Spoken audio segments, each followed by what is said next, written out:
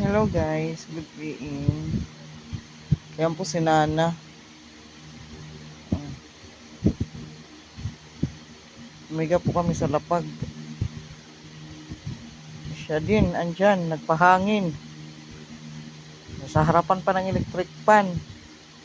Diba? Hindi lang pala tayong mga tawang naiinitan, pati rin yung mga pusa. Wala, yung mga hayop na yun. Pero sa sobrang init ng panahon. Yan talaga siya, nagpahangin talaga siya, nagpagitna talaga siya sa electric fan. Ayan.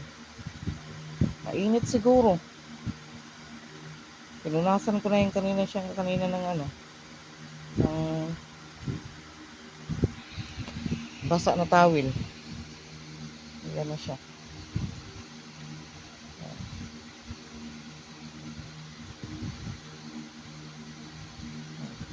Ayaw niya nang umalis. Ando lang siya sa may electric fan. Malapit. Sobrang init talaga. Ultimo si Nana, feel na feel niya ang init. Ayaw na niyang lumabas nga sa labas eh. Lagi na lang siya nandito. Sa loob, minsan nandun sa ilalim ng katre namin. Ayan siya.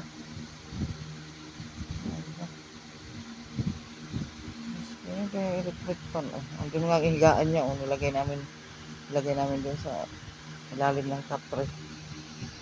Kasi nga kami nandito eh. Naglatag kami dito sa baba. Kaya sobrang init nga. Sobrang init ng pum. Yan. Ramdam ko yung nararamdaman ni Nana.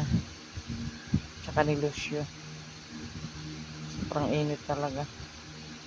Yan guys, ultimo nga pusa, nakakaramdam ng sobrang init. Kaya ingat po tayo sa panahon ngayon dahil sobrang napakainit po talaga. Yan po guys. Update ko lang. Kalagayan ni Nana. Ayan po. Thank you for watching.